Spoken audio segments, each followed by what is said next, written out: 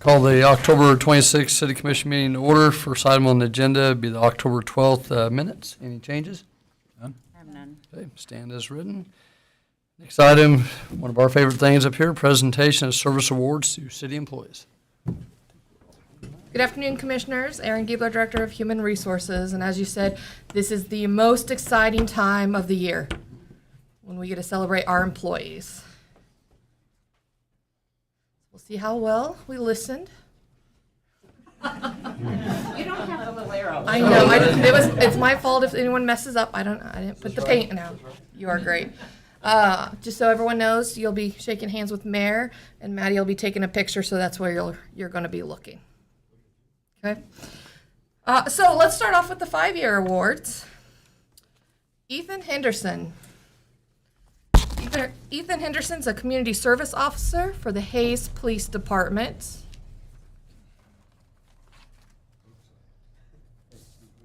Sorry. I'm trying to straighten out for me. Maddie, nope. Just you two. right here. Yep. Yep. Look at me, smile. Okay. If you keep walking to Toby.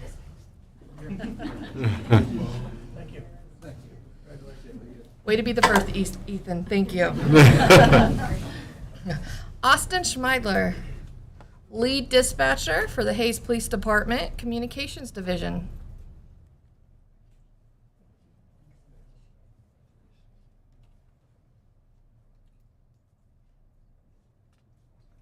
Am I staying out of there, Maddie? Sorry. Thank you. We're gonna have to rehearse this. Skylar Augustine, senior dispatcher, the Hayes Police Department Communications Division.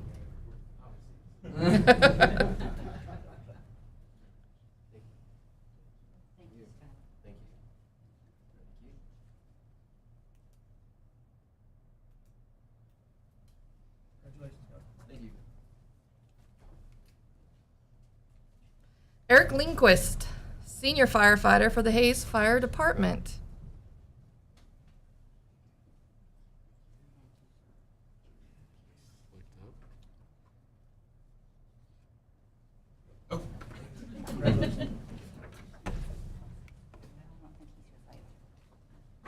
Jacob Kinderknecht, he wasn't able to come today. He's a park technician for the Hayes Parks Department. Also unable to come is Josh Supis, the park technician, also for the Parks Department. Now, Joe Monroe, I know he is here. He is a senior maintenance worker for the Water Resources Department Maintenance Division.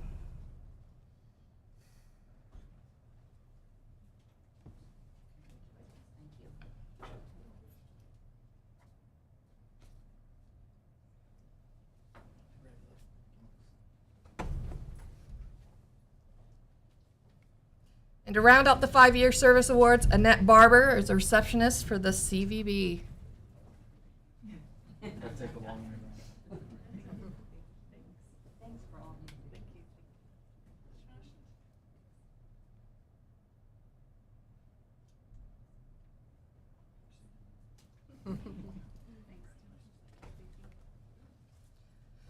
you. So moving on to the 10-year service award, I do want to point out I was going to give embarrassing facts about everyone who came up, but I decided not to. So later, if you want to come see me, I'm sure I got something for everybody. For the 10-year service award, we have one, and that is Rachel Kraus, who is a lead dispatcher for the Hayes Police Department Communications Division.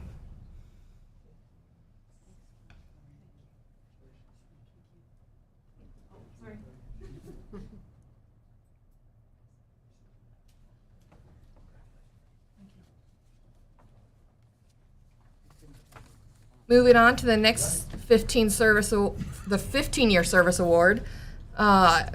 You may know this guy, Mr. Kim Rupp, the Director of Finance. He's unable to be here today, but he's in the Finance Department. Next is also unable to be here, Eamon Coveney is the GIS Specialist in the IT Department. So he's the one who makes those maps so pretty to look at. Jamie Salter, Director of the Airport for the Hayes Regional Airport.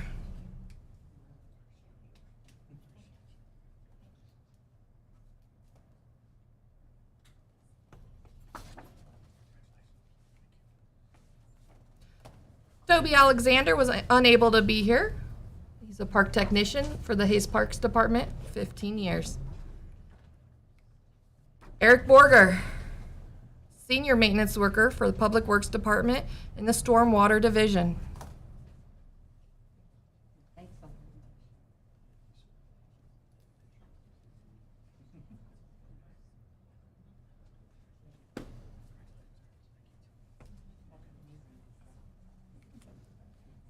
Brian Mice, lead dispatcher for the Hayes Police Department, Communications Division.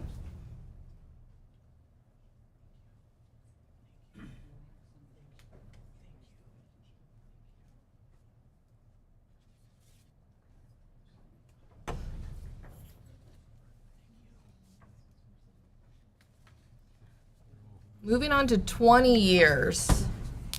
Those employees receiving the 20-year awards, neither of them were able to be here. But we got Amy Leiker, the administrative assistant for the Hayes Parks Department, also our chief expert. If she was here, Sean, she would probably be making comments about the game this weekend, so. What game?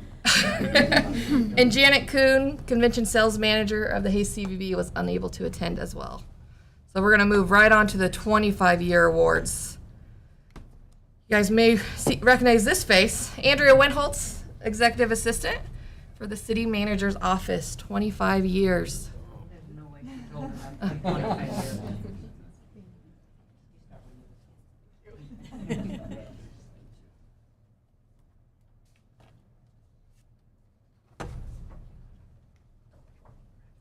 Jason Bonzinski, police sergeant, Hayes Police Department. He's got quite a crowd here.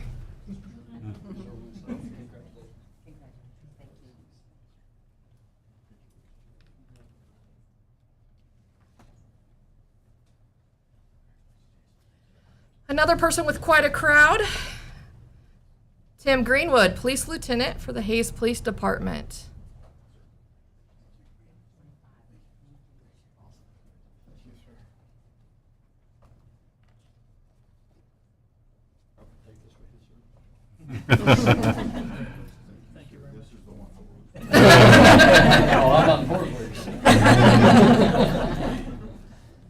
Aaron Ditter's out of town, so he was unable to make it, but fire captain for the Hayes Fire Department.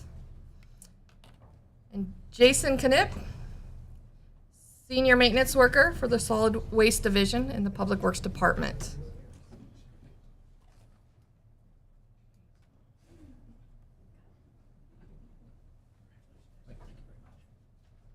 Usually when we get to up to the 30 years of service, you know, our pile starts getting smaller and smaller, but not this year. We still got quite a few left. So Karen Randa, GIS technician, IT department, has hit 30 years with the city.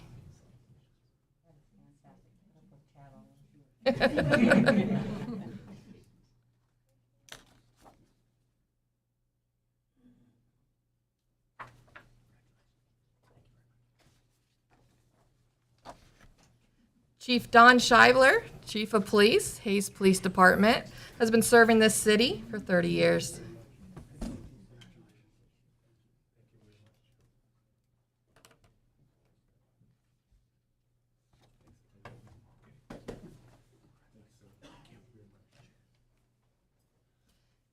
Tim Huck, Water Superintendent for the Water Resources Department, Water Plant Division.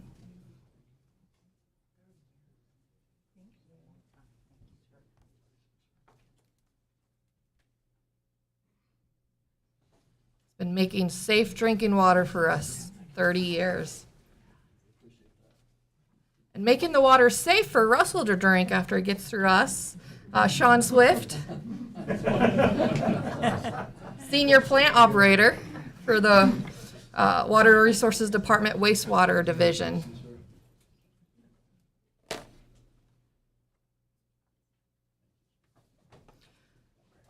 And those round up out the 30 years service awards. But wait, we're not done. We got 40 years. We got 2 of them. One of them's wearing a pretty awesome shirt too, so we'll let him go first. Mike Klein, a senior plant operator in the Water Resources Department, Wastewater Division. Not only is it KU, but it's national champions.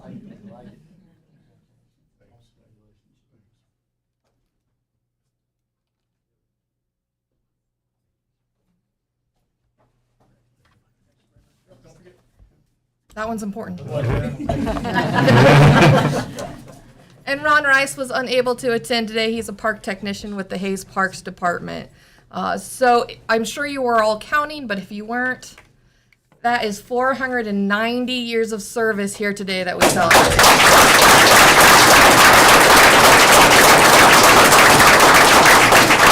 So if we can get everyone who got an award to come up and in front of the commissioners and get a little close together so we can get a group picture, I'd appreciate that.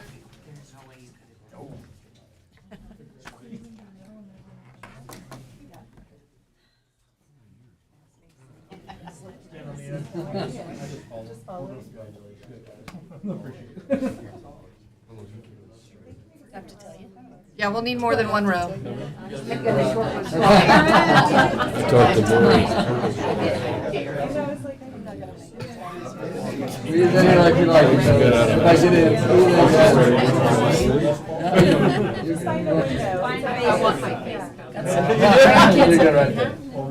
Getting closer. Follow the instructions by Maddie. She'll tell you if you need to scoot closer. I was gonna say that. I'll stick my head back. I'm gonna get right between these. Yeah, you might have to get He's gonna travel. Okay, I'm gonna have Eric go with either Mike or Jason. No, Eric Lindquist, sorry. Oh, sorry. Lindquist. 15. No, in the back row. Better keep moving your head. Okay. I think I can get everyone now.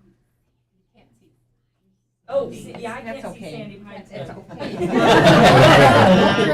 No, I can't get her done, but I'll stay next to you. There we go. And then, Elena, there we go. Yep. Okay. 3, 2. Got him. Thank you guys.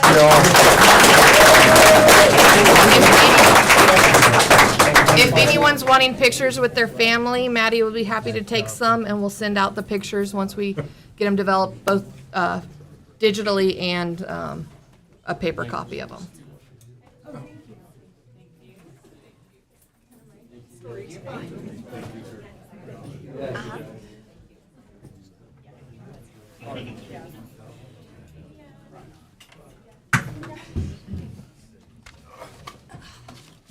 Sandy helped me. He never got through that. I got the old person who shot. Aaron, I followed directions, just to let you know. I am proud of you. Thank you. Very, very proud. I'll never do it again. Thank you. It was awesome. I had the Oh, and I said, "You've got to cuddle around me or something." He finally went down and got blanket. Yeah. That's smart. Yeah. It was awful. Awful.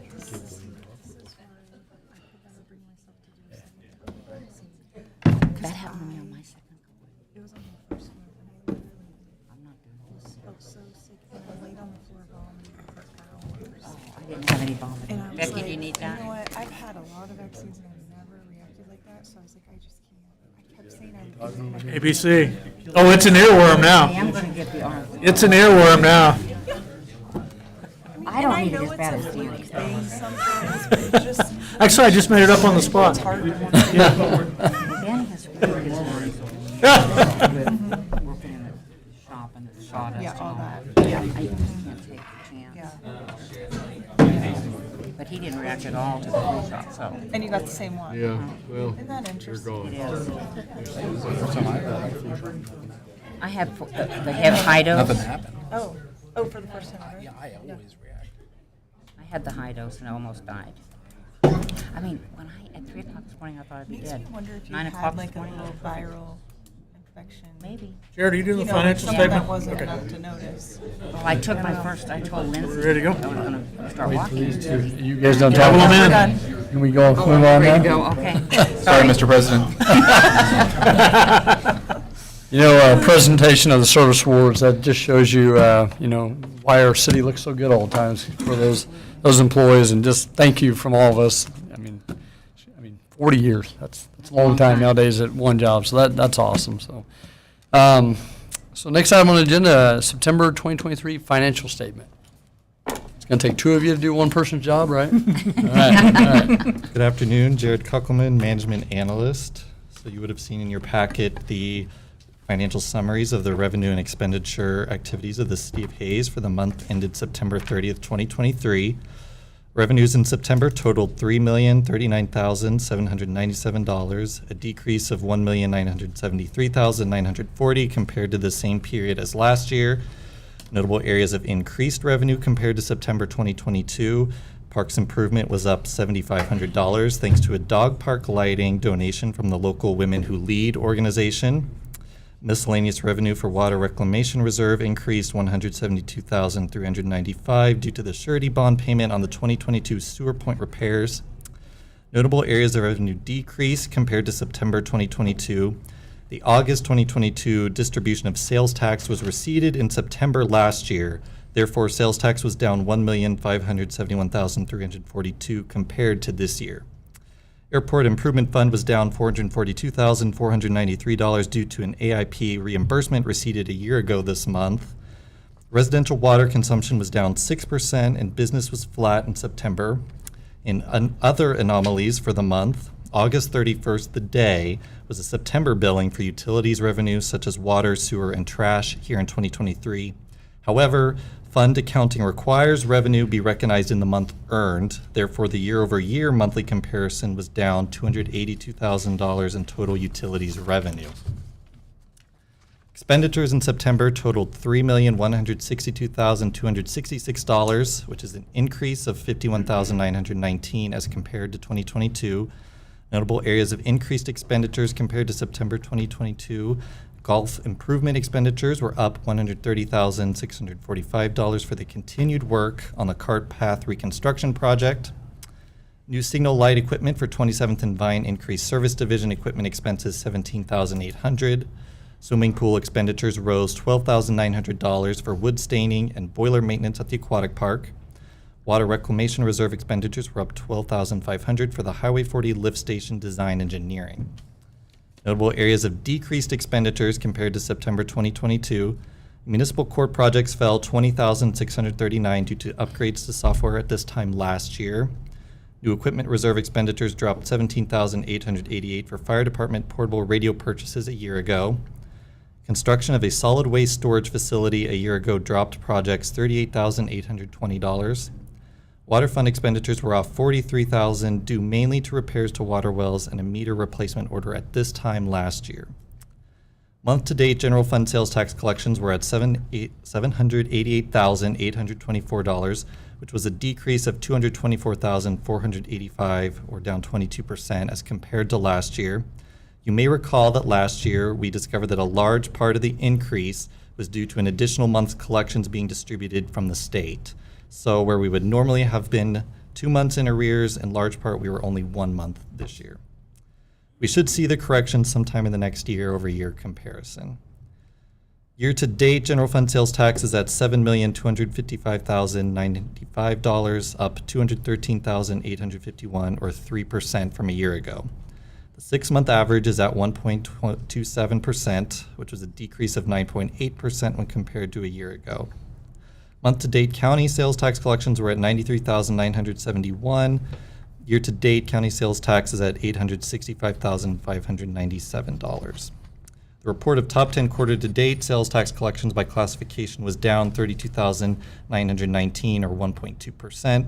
These top 10 represent 76% of the total sales tax collections for the running quarter. The total par value of the U.S. Treasuries for September was $47,355,000, with a weighted average yield to maturity of 3.84%, up 2.08% from a year ago. The total of the portfolio of certificates of deposit on September 30th, 2023 was $20,100,000 with a weighted average rate to maturity of 4.85%. Total balance of the money market account on September 30th, 2023 was $3 million with a current yield of 4.158%, up 4.108% from a year ago. Total investments are up $481,949. And I will take any questions you have. They will likely be forwarded on to someone else. I tell you, Jared, receive that. I always flip through the financials before I come back and read everything. And when I saw that down to 22.15% in sales tax, I almost had a heart attack. But well explained. The money was just in a different month. That's right. So does that issue also align with the 9.8% decrease as well? I believe for the most part, as far as I understand it. I know this is not for this is not for you, but I think he's in the room here. The 27th and Vine signal light, is that for the technology like 8th and Vine? Is that the same technology as that? He's just shaking his head. so Yeah. that's his Okay. name. Oh yeah, you didn't say your name, but no. Okay, that's all I need to know. I do need a motion for this, guys. I move to approve the financial statement as presented. A second. Motion by Commissioner Reuter, second by Commissioner Cunningham. Any more comments? Great job. All in favor of the motion, say aye. Aye. Thank you, Jared.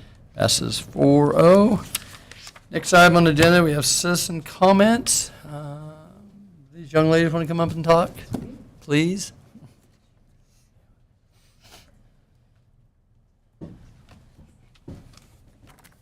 All right, can you hear me okay? Yes. Okay, hello, commissioners. I'm Ruth Reuter, along with me, Nancy Jeter. We represent Women Who Lead, formerly known as the Wonder Woman League. You know who we are. We would like to talk to you today about a project we've been working on, along with wonderful Jeff Boyle, which Jeff stated to us has been highly requested by the citizens of Hayes. We also worked with Jeff to install cameras and lighting in a previous project for the Arc Park, and he's always a pleasure to work with.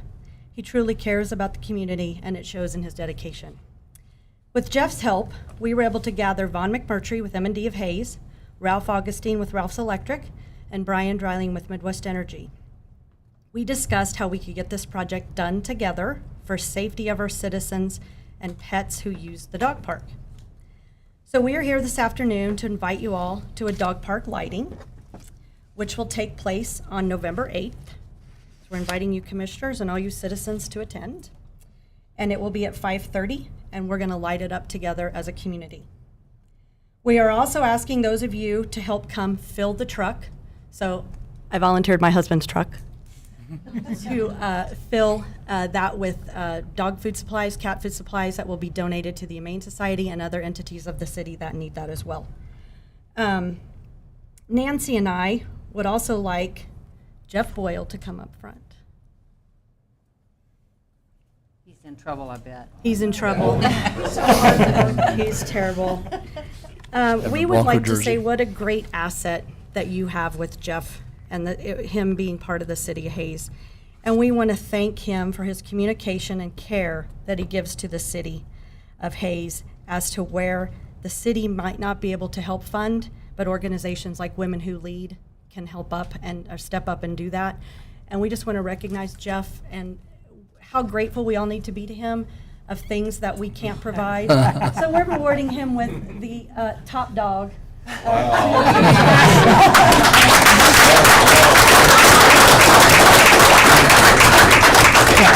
So we didn't know if Jeff wanted to speak, but how this project began was Women Who Lead are always looking for projects to help our community. And Nancy and Jeff had a great relationship with the Arc Park Lighting Project.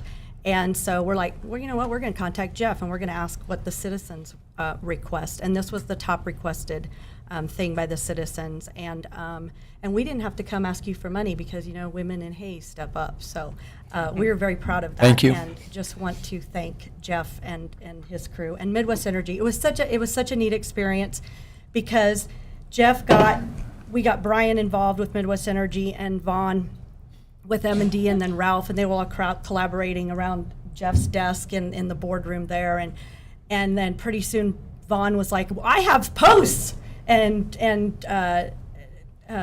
Vaughn was like, or Brian was like, you have posts? Oh my God, you can save us money with those posts. It was just so cool how it clicked, and they all worked together. So we invite you all to come to that lighting, and we'd really love the community to get involved with it because it's going to be such a special time. Nancy, do you want to say anything, add anything? Jeff, would you like to say anything? Sure. Yes. We'd love for you to say something. Well, I've said this before, our local civic groups, we wouldn't have half of what we have without them. The same goes to the women who leave. They have just stepped up and made things happen. So it's an awesome pleasure to work with these folks, and it's always good, and we get great things done. So I really appreciate what you guys do. Thank you, Jeff. Thank you, Jeff.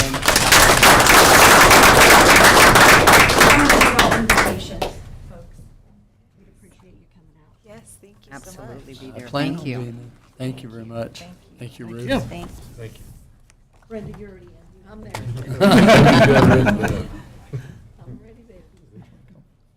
What a great organization. Thank you guys for what you do. And, that's the number one thing I've heard out there is lights. I've heard that from many people. So, you guys have been involved in many things, but, I hear you guys talk about it, and then, boom, it's done. So thank you guys. We appreciate it very much. So.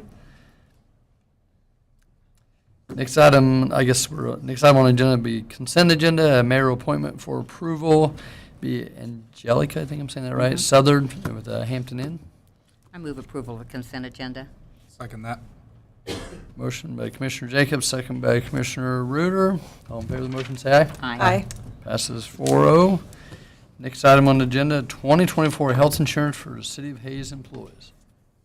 I will tell you, with the women who lead, if you get involved with projects with them, sometimes they bake you cookies to go to those meetings. And that helps get everyone in a great giving mood. I like So- cookies. So make sure you team up with the women who lead. Good afternoon, Commissioners. Erin Giebler, Director of Human Resources. We are talking health insurance today. In 2017, the city moved to Blue Cross Blue Shield of Kansas and started offering the 3 plan options. Since 2017, most of our employees have chosen to be on the high deductible plan. And here we are 6 years later, and in 2023, we are still with Blue Cross Blue Shield offering the 3 different plan options. As you know, utilization is the driving force for health insurance premiums. The employees for the City of Hayes have done a great job by utilizing, keeping utilization down, with the high deductible plan being a huge factor of it.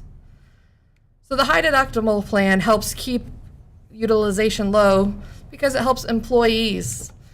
They ask more questions before doing the test the doctor's orders. They ask for itemized bill to make sure they're being billed correctly. They choose generic prescriptions instead of name brands. And they choose walk-in clinics or urgent care over the ER visits whenever they are able to. I won't go into all my daughter's experiences today. So, due to the employees' low utilization and therefore lower premiums, the city was able to provide employees who are on the high deductible and eligible for the health savings account a $2,500 employee match into the employee's HSA in 2023.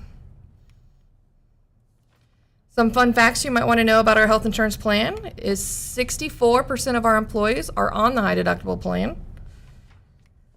We saw a 5% increase in the selection of the high deductible health plan after adding the city's HSA match in 2023. My favorite one is our 2023 rates are 4% lower than they were in 2017, while inflation during that same time frame rose 27%. And last year, an extra 23 employees contributed into their health savings account compared to 2022. Again, that's because of the employee contribution that you guys allowed us to give last year. So we have just under $2 million budgeted for employees' health insurance for 2024. And we received our renewal from Blue Cross Blue Shield of Kansas in September, and it came back at a 0.4% decrease. So this is a great renewal, again, especially when you factor the market, inflation, things are not getting cheaper. And again, I'll say it over and over again, the only reason is because of our employees making smart medical decisions. Therefore, in 2024, the city recommends keeping health insurance plans the same as 2023 and to continue that $2,500 HSA employer match. While I say make no changes, I will point out that we have a slight change because of the federal government saying that we need to up our health savings, our high deductible plans deductible in order to keep it in compliant with health savings account, which is one of the main factors of why we like the high deductible plan is because we can pair it with the health savings account. So that increased by $200 for individual, $400 for a family. You have two options. You can approve the 2024 health insurance plan as presented, or you can provide staff with further guidance. But this is going to be the action I would be requesting tonight. I move we authorize the city manager to sign an agreement with Blue Cross Blue Shield of Kansas to provide employees with a triple option health insurance plan and authorization to provide up to $2,500 in employer match for employees' health savings accounts, not to exceed $1,958,000, to be funded out of the Employee Benefit Levy Fund. Second. Motion by Commissioner Reuter, second by Commissioner Cunningham. Any comments? I'll just comment to the same thing I did last week, if I may, and that is to congratulate you, Aaron, on the great job that you do in the educational process you have for this. Without that, we wouldn't be looking at data like this. So we appreciate you very much, and we appreciate our employees understanding how to handle their medical needs. Sandy took all the words out of my mouth. Thank you. Yeah, it's incredible of what you guys have been able to do. I mean, for the most part, you guys work so much, you probably don't even have time to be unhealthy. So, but, I mean, I appreciate everything that you guys have done to do this. I mean, seeing a decrease in our overall cost just blows my mind with how things are now, and it's because you guys are doing what you need to do correctly as employees, and then always looking for the best possible alternative should something come up. So we really appreciate that. Thank you. Yeah, thank you to the employees, Aaron. Thank you for your dedication. All in favor of the motion, say aye. Aye. Passes 4-0. Next item on the agenda, award a bid for 10th water main realignment, 10-inch water main realignment. Good afternoon, Commissioners. Jeff Crispin, Director of Water Resources. This is the project to relocate the water line that is in the northwest area of Hayes. As you can see on the visual, it shows the general area located north and west along 183 bypass near exit 157. A couple other visuals that were in your agenda packet calls out the water line relocation along the future Fairground Road. On the left visual, the purple line that's kind of down the center, it's on the west side of US Highway 183. That's the current location of the water line, that 10-inch water line. The dark blue water line, or the dark blue line on the west side of the future Fairground Road kind of shows the path for this new 10-inch water line. On the right side, that visual, it's a little hard to see, but there are spots that are in red boxes. Those are locations of new fire hydrants that will be placed along this new water line. In November of 2021, the City of Hayes was notified that a water main in the KDOT right-of-way needed to be relocated as a result of the proposed KDOT interstate project there at Highway 70 and 230th Avenue, or exit 157. The city hired Driggs Design Group to design and prepare bid documents for this project. As I mentioned, they basically designed this water line to go to the west of the current location along the new Fairgrounds Road. Designed 3 fire hydrant relocations and the addition of 1 hydrant. Prepared those bid documents, and we did pay for design and engineering, and that was within the city manager's spending authority when it happened. The project went out to bid in August 2023. We opened bids in September 5th. We have 3 contractors listed on the screen that actually submitted bids. All bids were reviewed by our city staff, Office of Project Management, Driggs Design Group, the project engineer. The low bid from Nowak Construction of Goddard, Kansas is the apparent low bid, and that was the one that we are recommending that we proceed with. Speaking of recommendation, the recommendation letter that was provided by Driggs Design Group was within your packets, and that's pretty standard for all of our projects. On the bottom, it notates that construction to begin no later than December 31st and take 90 working days, and then it would be inspected by city staff, Office of Project Management, I will tell you that if awarded tonight, I believe NOAC Construction has the interest to move a little bit quicker, and that does help out with timelines out there, but they would probably begin before December 31st. On the financial consideration, we've mentioned the design work. That was $12,500 to prepare everything. That low bid it was $289,061 from NOAC Construction was very favorable. And it was mentioned last week, 50% of that bid, or $144,530.50, is expected to be reimbursed by KDOT through a separate agreement, and obviously we're very thankful for that partnership. Total project costs would come in at $301,561. It would be funded from our water capital line item in the budget, and there are adequate funds to cover that project.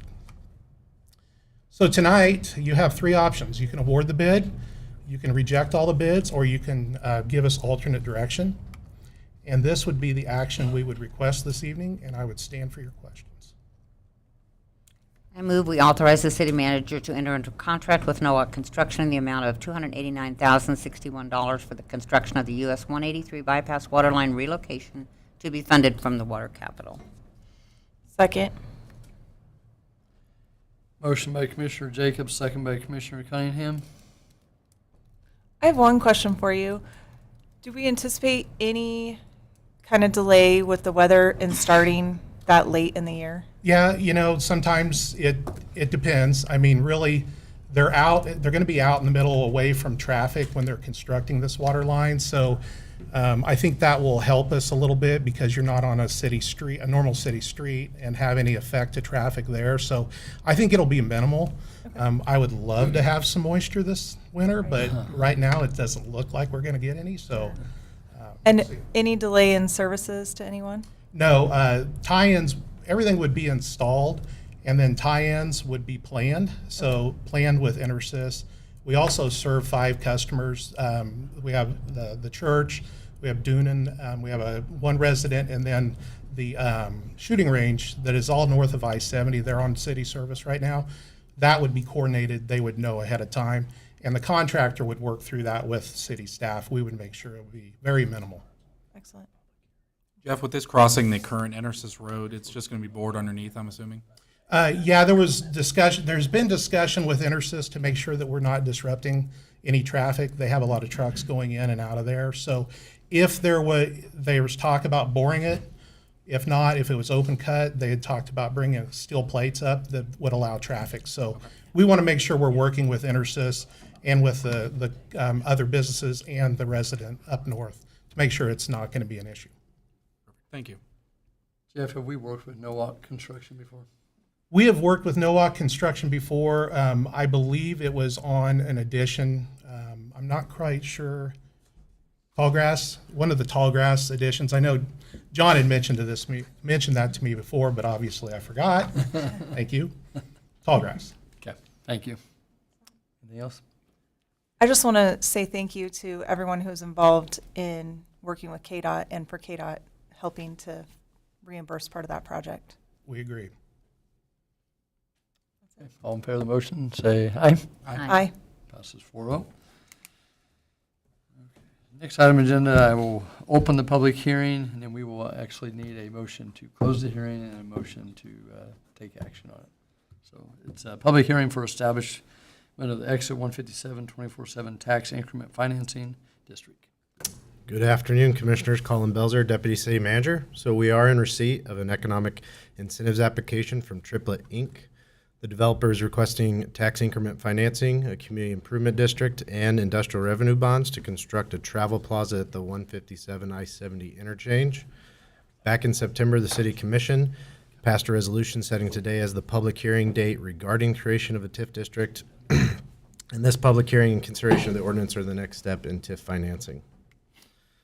So here's a in-depth schedule of if everything goes correctly and we get the material from the applicant, but the resolution referred to was sent to the County Commission, USD 489, and property owners.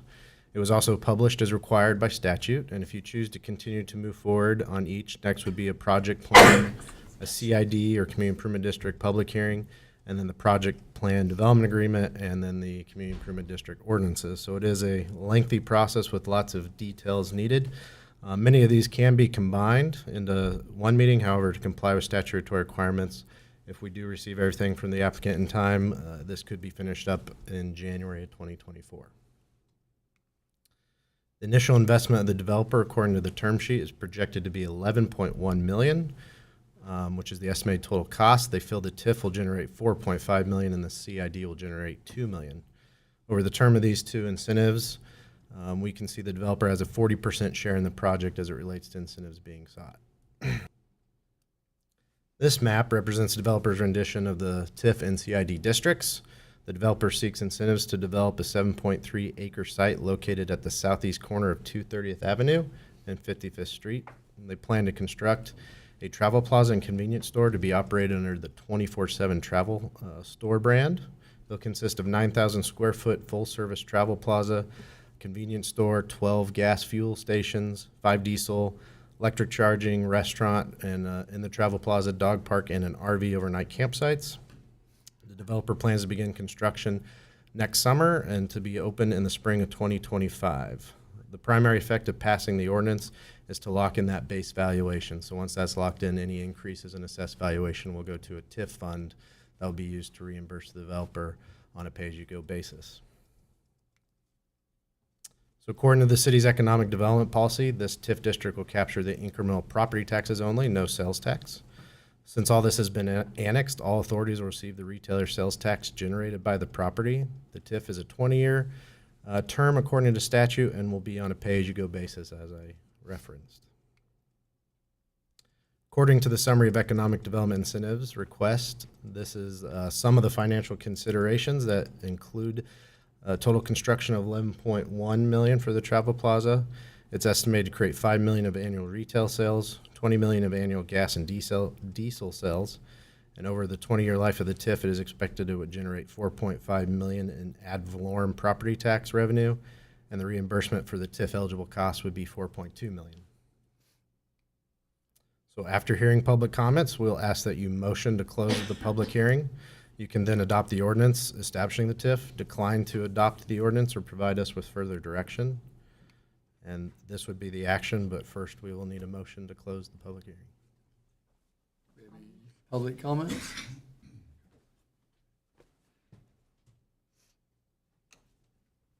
Just state your name for the record, please, when you get up there. I will. Thank you. My name is Diana Pantel. I first became aware of this project long after you all had considered it. My former life was in commercial insurance, and one of those divisions was oil and gas, in which I found out that every underground storage tank will eventually leak. And we are going to be installing more underground storage tanks at this location. And my real concern there is for the groundwater contamination from the leakage from more underground storage tanks. I don't know what sort of provisions they have made to mitigate that. We already have issues with water usage here, and having it contaminated from oil and gas, I'm very concerned about that, and I just wanted to express my opinion. Those are taken by KDHE. Right. The underground storage tanks, the installation and then the inspections are monitored by the state of Kansas KDHE. So if there's preliminary issues to hopefully prevent any sort of contamination, they will oversee that, and then they do a periodic inspection. I don't know much. That's about all I know about the program. Because I would assume it'd be something similar to any like underground storage tank, like a septic system or anything, where it had to be a KDHE approved storage container, be inspected upon installation, and then have a post inspection by the state, I'm assuming. And then I think there are, I don't know, Jamie, you had underground, is it annual? Almost annual? Annual, okay.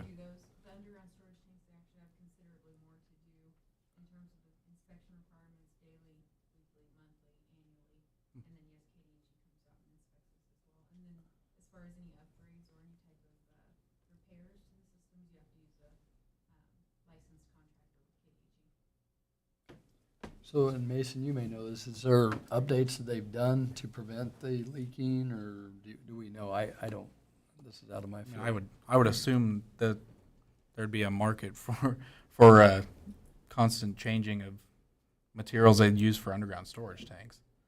Or if not, EPA regulations. You monitor the gas tanks to see if there's any leakage, to check and see if there's any leakages. Good point. And I think Mr. Augustine has very successful operations throughout the state, and I think he's probably on top of that as best anybody can be in a situation like that. I appreciate the comments. Yep. Thank you. I do too. Anybody else? I move we close the public hearing. I'll second that. Motion by Commissioner, what? Jacobs. Yeah. Motion by Commissioner Jacobs, second by Commissioner Reuter. All in favor of the motion, say aye. Aye. Aye. Passes 4-0. Nope. Go back. Well, Go back. Back up. Need to go back one. Oh, sorry. I move we approve ordinance number 4039 establishing the exit 157 24/7 TIF district. Second. Motion by Commissioner Reuter, second by Commissioner Cunningham. Any more comments? I'm excited for the project. It's going to be a lot of meetings for it, but I'm excited for this to happen. Okay. All in favor of the motion, say aye. Aye. Aye. Passes 4-0. All right, now where we at? R9, right? Yep. R9 update. Mr. Brown looks like first. Don't take much. Here, if you just want to take one and pass them down. that'd be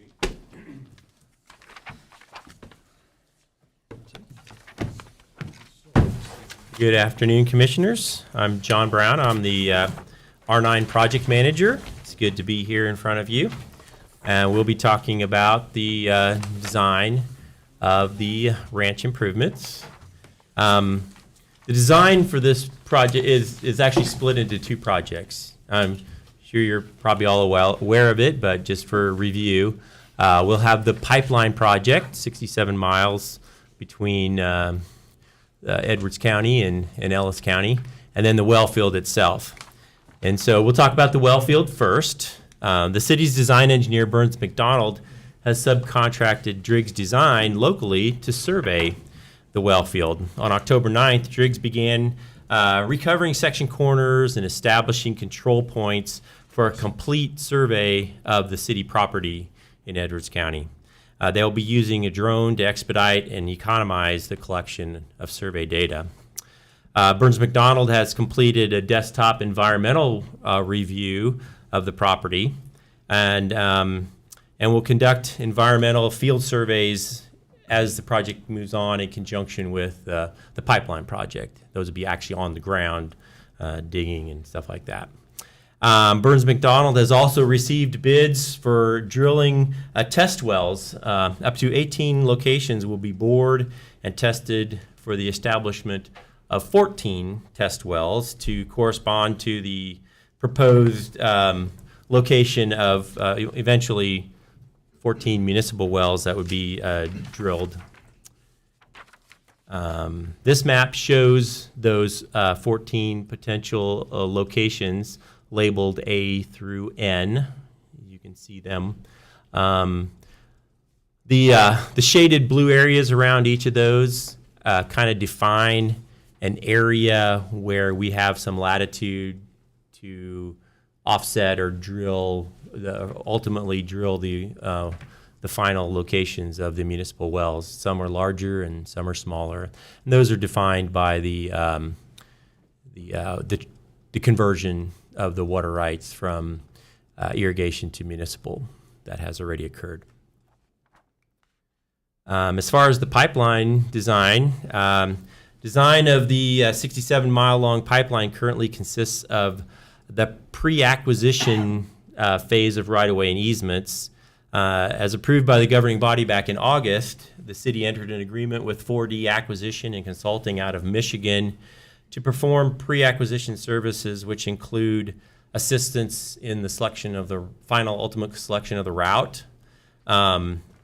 It also includes cost estimating of what acquisition might actually end up costing us, developing a procedures manual, and development of the scope of services and solicitation of the easement acquisition and construction support services, which would follow this phase of the easement acquisition.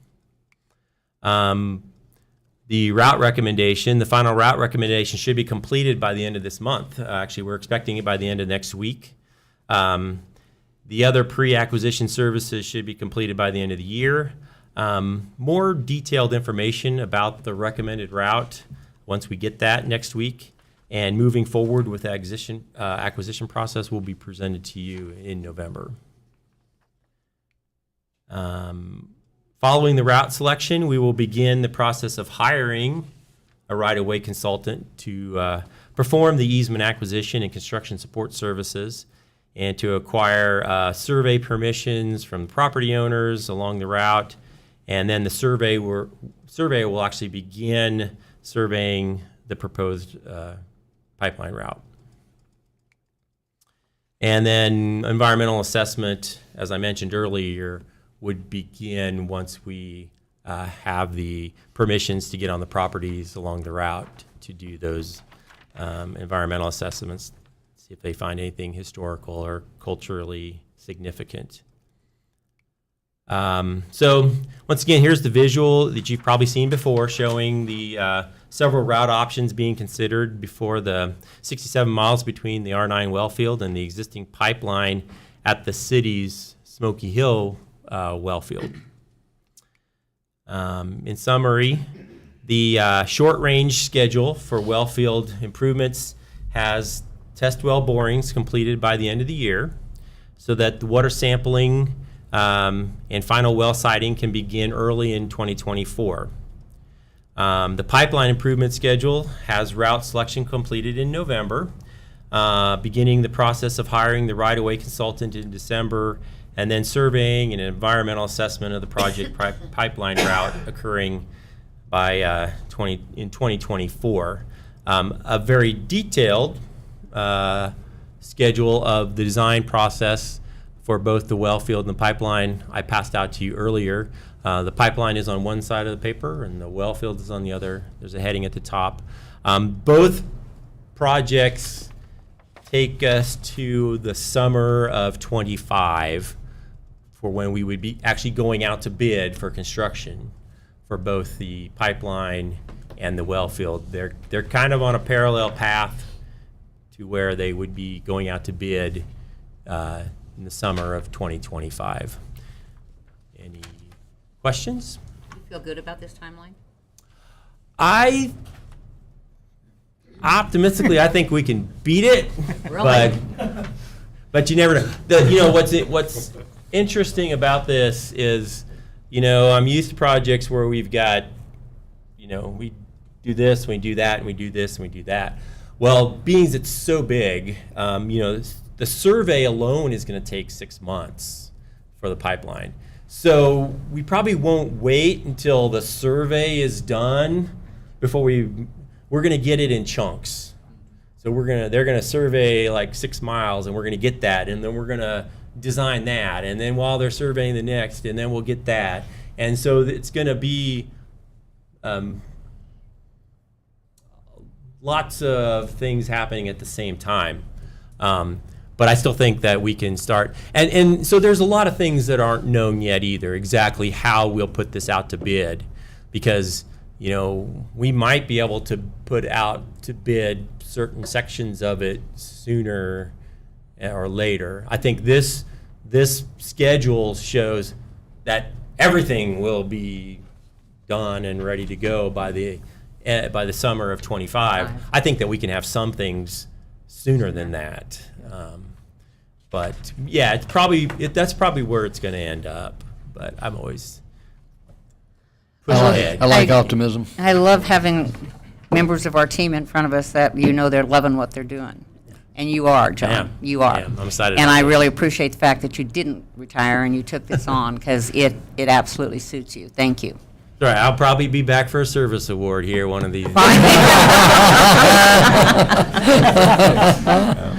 John, I have a question. In the 67 miles of the pipeline, how many property owners will we need to work with? We're probably, I don't know that exactly because we don't have the exact route, but we're probably talking anywhere between 150 and 200. Okay. So that's parcel. Some of them may be multiple owners, but we're probably above 150 different property owners. So that in itself will take a long. I mean, I think we've got about 8 or 9 months just of making offers, for purchasing easements. That in itself. Oh, no. No, it's not. I might be putting the cart before the horse. I'm almost positive I am, but I'm just so excited about it. So once this piece is done and we get to construction, do we have any idea on how long construction for all of that would take? It's not like a 15-year project, right? I mean, I think it's safe to say, it's going to take 2 years. Okay. We're not going to build it in less than 2 years. Okay. Once again, it depends on how we do that, and I could tell you one thing now, and it's probably going to change, but we probably need more than one contractor building this. Oh, if yeah. we depend on one contractor, we just can't have one work zone going. We're going to have multiple work at the same time in order to get it done. So we're going down to McPherson on Tuesday to visit with the McPherson Board of Public Utility folks who are doing a similar project, smaller. Theirs is only 20-mile pipeline. Ours is 3 times that. Just to see because they're about 3, 4, 5 miles into it right now, and just to kind of see what lessons learned, what they're finding out, how it's working for them. Good idea. We're also looking at different things about maybe pre-purchasing materials, and then bidding out construction separately. That way we've got the same material suppliers and for the whole project, and we're not dealing with, 2 years ago we had this material, but now it's no longer available. So we're looking at different strategies for getting the best product in the shortest amount of time for the least amount of money. Well, I appreciate you guys looking that far into the future for these kinds of solutions, because that's exactly what this project's going to need. With the undertaking that you're taking on, this is the project. So absolutely appreciate what you're doing. That'd probably be the biggest project I ever do. Yeah. Biggest one in the state. And I think Go look for a bigger one. I think Mason and Elaine really want to know how many times they have to run before they get to turn the pipeline on. Just one more time, right? You got to turn a valve, right? That's right. John, that's good stuff, John. Yeah, exactly. Thank you, John, for the update. Appreciate it Thank very you much. very much. Thank you. Very exciting. No, Chris is going to do the Thank you, John. second part of the update. Welcome. Good afternoon, Commissioners. I'm Chris Smith, R9 Property Manager. I'm here today to give you an update on the R9's enrollment into the state's walk-in hunting program. I'd like to begin first with a little bit of background information on the program and some of the benefits that it can provide. There we go. Currently, Kansas ranks 49th in the country in the percent of publicly owned lands versus privately owned lands. With 98% of the land in Kansas being privately owned, we rank just ahead of Rhode Island in the country. Wow. Because of the relatively few publicly owned lands available to hunters, in 1995, the Kansas Department of Wildlife and Parks developed and implemented the walk-in hunting program. This program provides landowners an additional revenue source while providing hunters access to private lands. The program has been a huge success. To date, there's nearly 1 million acres enrolled, and a lot of states have copied Kansas's program. Hunting and the related activities have a significant impact to the state's economy. The most recent numbers show that hunters contribute roughly $600 million a year to the state's economy, and much of that activity occurs in the western half of the state.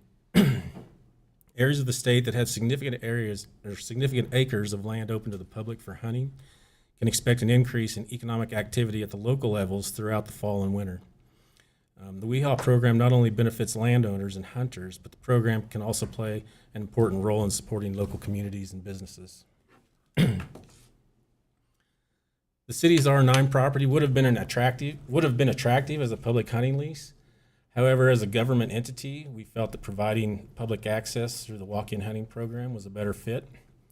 This is a picture of the north entrance gate and signage, and to the right are the contract terms and payment amounts that were available to the city this year.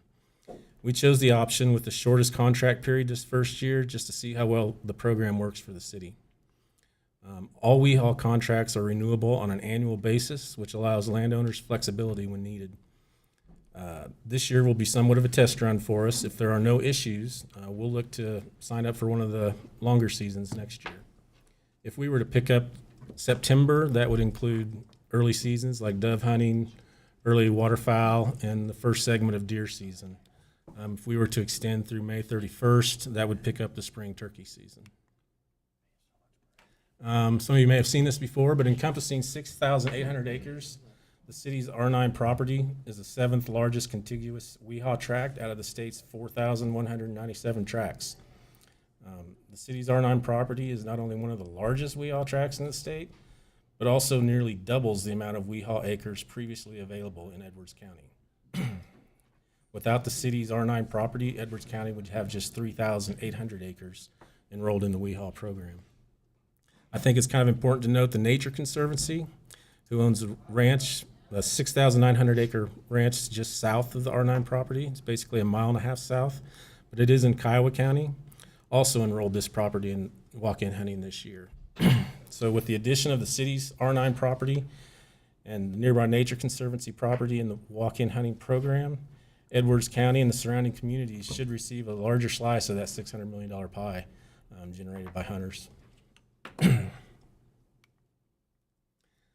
This is an overview of the R9 property, and it shows its relation to Kinsley on the left. And there's a couple blow-ups of the 2 parking areas that we've established for the walk-in hunting program on the right. Looks like they might be a little hard to see. The north entrance to the property is located roughly 5 miles south of Kinsley along the Arkansas River, but the south entrance is located 8.5 miles south of Kinsley along Highway 183 and 1.5 miles west on County Road T. Although there are only 2 access points, the Kansas Department of Wildlife and Parks appreciates this aspect and the unique hunting opportunities it provides for those hunters willing to walk the extra mile. And in many cases, it could be 2, 3, or 4 miles. To prepare the property for public hunting, some minor improvements were needed for vehicle access and parking. To prevent hunters from blocking the roadway and gate when parking, 2 areas along the east side of the north entrance road needed to be cleared of vegetation and graded to provide space for parking. We were kind of lucky that Jeff noticed M&D of Hayes was working in Kinsley on a highway project, and so we contacted them about our grading needs. Our timing was perfect because they just finished up their work on the highway project with the motor grader and were getting ready to haul it back to Hayes. On their way back, they stopped by the north entrance road and graded it and created parking spaces for us. So we were really appreciative of that. This past October 10th, 5 staff members from the city's Department of Water Resources and 6 employees from the Kansas Department of Wildlife and Parks worked together to sign the property and build a parking lot at the south entrance. Together, we were able to sign roughly 25 miles of perimeter fencing, construct the south parking lot, and delineate a safety zone around the worksite trailer and the adjoining facilities. I wasn't sure we were going to be able to get it in a day, but we were able to get it done. How will the public be able to find the newly enrolled R9 property? The vast majority of hunters are aware of and utilize Kansas's walk-in hunting program. The Department of Wildlife and Parks publishes a hunting atlas each year that includes maps that identify WeHaul tracks across the state. These atlases are also available online at the department's website. There are also several mobile apps like the one to the right that also identify WeHaul tracks across the state. The Kansas Department of Wildlife and Parks publishings are free, but there is a fee associated with the mobile apps. In closing, I'd like to thank the Kansas Department of Wildlife and Parks and the Wichita Pheasants Forever Chapter 578 for their assistance. Wildlife and Parks has been great to work with through this process. Not only did they provide manpower, but they also provided some extra equipment and provided for mowing, for some much-needed mowing and for the construction of the south parking lot. Pheasants Forever, they donated $2,000 towards the purchase of posts, cable, and hardware for the construction of the south parking lot. So real pleased with those guys. They were great in the field, great to work with. So to summarize, the property is ready to go and should be a good addition to the county and surrounding areas. And with that, I'd be happy to take any questions. I have one question. Is there any way to monitor the usage? There are some ways to do that, but we haven't really talked about that. Sure. But Wildlife and Parks, I know opening weekend of upland bird season, which begins November 11th, they have staff that go out and survey hunters. And I can try to get some of that information for sure after that opening weekend. That'd be great. To see Thank what you. kind of use is going on. Yeah. Yep. I'm excited. Did we do an animal kind of survey of what kind of hunting we could have out there? They haven't done an actual survey of that type, but just from being around there, I mean, the property is one of the top 5 quail survey locations in the state, and so there are a lot of quail out there. So it's going to be some prime quail hunting. I've been surprised at the number of pheasants that are out there. I know that deer hunting is big in the area, and I've seen a few. We've all seen a few deer when we've been out there. And so those would probably be the biggest 3. I don't know that there's much for waterfowl hunting at this point. But stream gets flowing, who knows? You never know. So there'll be a variety of opportunities, and it'll depend on which program we sign up on for in the future. Awesome. Thank you very much. Chris, I want to thank you for hosting Commissioners and Senator Jerry Moran down there a couple weeks ago. The senator was very impressed with the project. He hadn't been down there before, and getting an understanding of what we're really doing and how things are going. He loves this project. So thank you again for hosting us. And I love the acronym. Wee-haw. Wee-haw. That's right. All fun. Thank you. Do you have anything? No, that's it. Yeah. Chris, I just thank you for a great presentation. You know, to me, and I know many of us have talked about this, I think this just shows we're going to do everything possible to make this happen, but we're also going to do everything possible to be good neighbors. And it'd be really nice in time if we could get the economic benefit, what it does for Edwards County. I don't know if that's possible, but I think it will show, what we're doing to not only for Hayes, but we're doing it for our neighbors down there. So thank you. Great presentation. You guys don't have anything else? Next item on the agenda, progress. We had progress again. Mr. Progress. Mr. Progress. Look at him strolling up there. Wee-haw. Oh, a G-haw. Good afternoon, Colin Belzer, Deputy City Manager. And so for a progress report, Public Works were able to complete a repair to the flow line at the intersection of 37th and Post Road. Service Division crews applied fresh pavement markings in various areas, and this is an example at a crosswalk near East 17th and Harvest. Service and Stormwater Division employees constructed a stormwater inlet where erosion was taking place and causing washout areas to occur. And then concrete at the intersection of 9th and Ash near the entrance to the Golden Q was repaired by Service Division. They also took care of this awkward stop sign situation that I think we probably all dealt with. So it's been that way for decades and often caused confusion, so they built a curb island on the west side of Ash. Why was that like that? I just want to know how many people have hit that curb, because I came close the other day. That's just so crazy. Stormwater crews did remove several loads of volunteer trees from the drainage areas along Commerce Parkway. The 2023 fall cleanup is complete as of October 23rd. The crews from Public Works, Parks, Water Resources, and Airport all did a great job. A total of 48 employees participated, not including the administrative staff who helped prepare for the event and handled all the various calls during the week of cleanup. It's a well-orchestrated project that takes a lot of coordination with all staff, including Ellis County staff at the landfill. I'm so blown away by the amount of actual trash that goes out there. Yeah. But I was surprised at how much less Yeah. than last year. We're working to get a trend line. That was a question that came up. Yeah. So we'll share that with you when we get it. Amazing how much disappears before you go out there and pick it I up. know. Within- Our alleys were busy. Within hours. Some firefighters attended the Wichita hands-on training, or HOT, on October 14th through 15th. Firefighters and instructors from around the country attended, and it was advanced firefighting techniques on vehicle extraction techniques as well. Fire Prevention Week was October 8th through 14th, and so we went to lots of elementary schools to give fire safety talks and friendly firefighter presentations.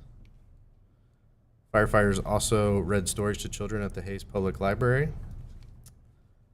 And they gave another friendly firefighter presentation at Bright Minds Academy. The dilapidated Abel Bickle parking lot has been replaced with new concrete.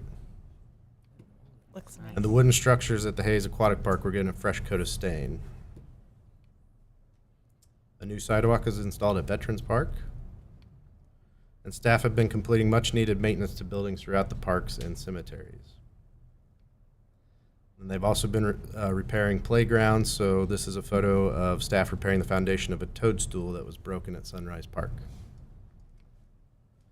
IT items were researched, configured, and delivered for use at the R9 Ranch job site trailer. This includes a laptop, PC, docking station, printer, as well as cellular internet connectivity. As more IT needs are identified, the IT department will obviously be down there working. Police department spoke with children at Bright Minds Academy regarding safety and showed them the patrol vehicle on October 5th. Officers of the Hayes Police Department participated in the 2023 Ellis County First Responders Softball Tournament. They never invite us. Corporal Stephen Gildemeiser visited Mrs. Rack's kindergarten class at Roosevelt Elementary School as part of his Adopt a Cop work. And then, as mentioned, Water Resources, Senator Jerry Moran went to visit the R9 Ranch.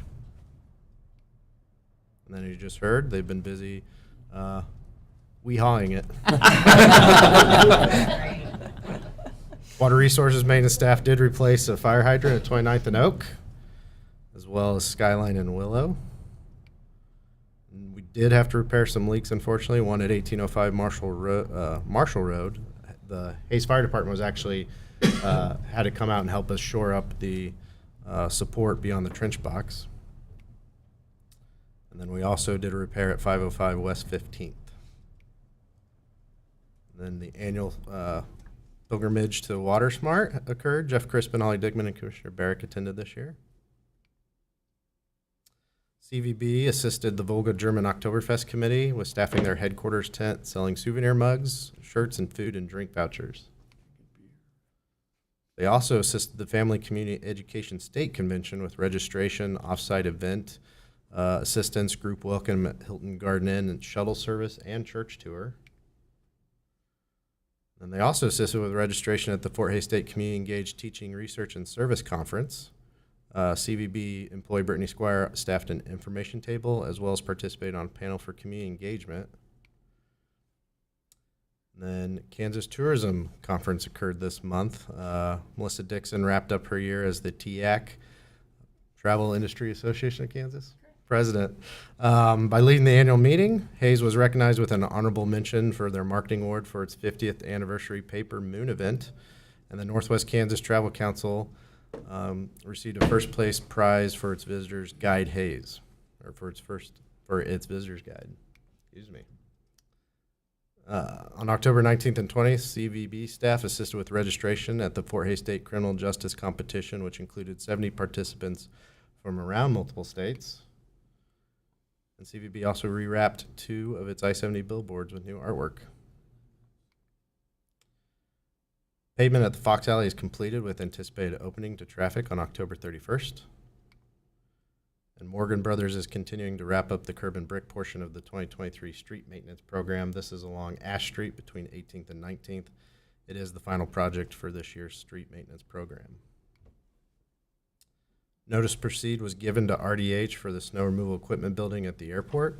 The site has been excavated and building pad established. Metal building has arrived on site, and we're waiting concrete mix test results to proceed until construction can begin. The new firehouse is really taking shape. Roof panels are installed. Electrical main transformer set and brick is progressing rapidly. Currently, they're installing the roofing materials and will start installing more exterior brick facade. Any questions? Great, thank you. Now we're on to Hayes Happenings. Thank you, Colin. Melissa Dixon, with the Convention and Visitors Bureau, with some Hayes happenings that are happening in November. If you haven't been down to the Hayes Arts Council Gallery, they have a new exhibit called Along the Santa Fe Trail, which actually takes you through a map that exists in the gallery. It's really interesting. It'll be there through November 21st. The Fox has 3 shows in November. Tristan Maris, Cody Canada, Haley Witters. They have been busy.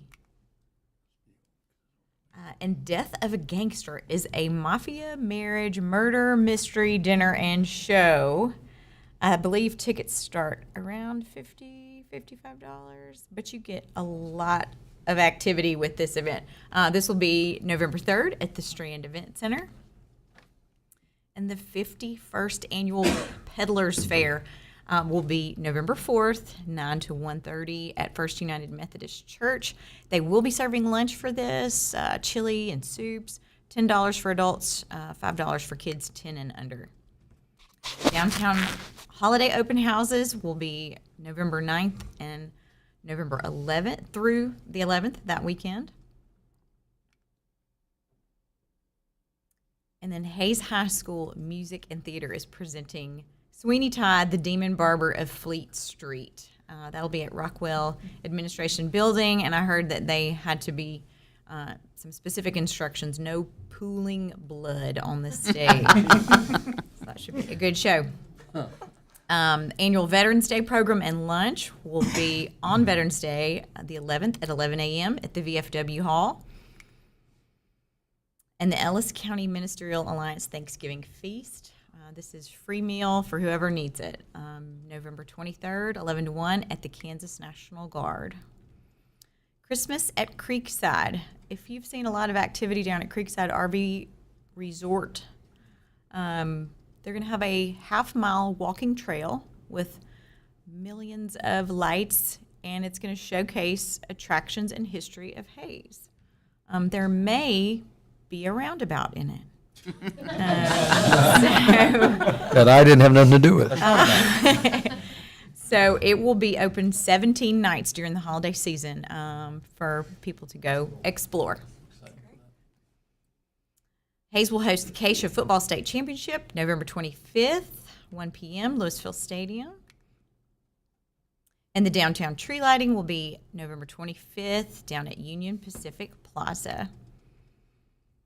On campus, they're going to open up the Plymouth Schoolhouse like they usually do. You can check that out November 28th, 3 to 4:30 p.m.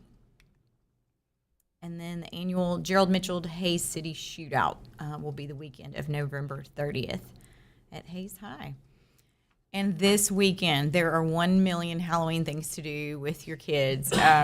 Trick-or-treating downtown will be on Halloween as well as out at Big Creek Crossing, but this weekend there's plenty of spooky things to do, including the free Halloween Children's Symphony on Sunday at Beach Schmidt, which is preceded by a lot of activities, a lot of hands-on activities for kids. That's all I have. Thank you. Hey, Melissa, on the state football, do you know what class that is that we're hosting this year? 3-2-1A. 1A. Just 1A? 1A. Yeah. All right, Thank you, Melissa. It's a shame there's nothing to do in this town. Melissa, correct me if I'm wrong. Is the Youth Leadership Advisory Board event they're planning on, is that November 10th? Their outdoor movie? No, the Drag Main. Drag Main. Oh. I bet it's on our calendar. Okay. I think it's the 10th. I think it's the 10th. Okay. That's awesome. Okay, no problem, no problem. We'll start with Commissioner Reuter. No, we've got a lot of wonderful things happening tonight. I mean, everything that we've talked about, from employees that have given over 490 years, which is absolutely phenomenal, to the service of the city of Hayes, and to have it culminated at the end with a giant wee-haw to to everything that we've done with R9 Ranch, the projects we're working on to better the community. I mean, you guys are. I almost feel like a broken record sometimes when we talk about how great the staff is. It is not something we just say because we want to say it. It is the absolute truth that you guys are the greatest staff. Yep. You guys get things done. You're proud of your work, and things just happen. You do very well. So thank you guys, and just absolutely amazing. Great. And have a wonderful, cool weekend, I guess. Yeah.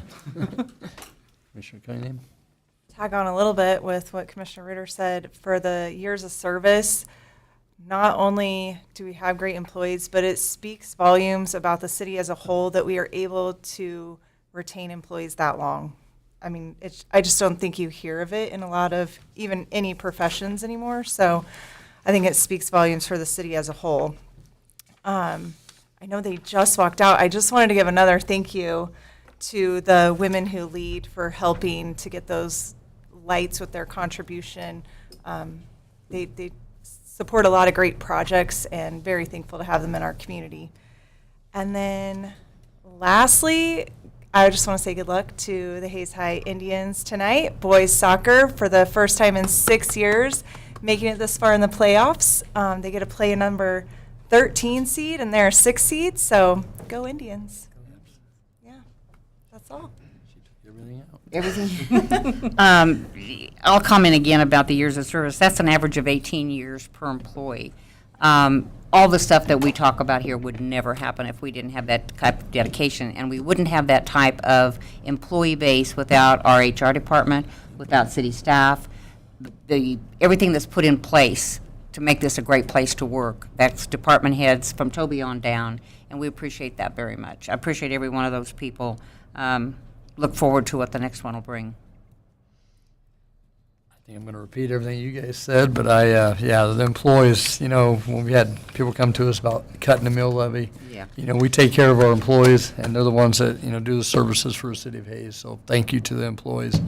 Soccer, Hayes High Soccer, that's, having 2 kids that went through that program, it's pretty awesome. I'm excited for them.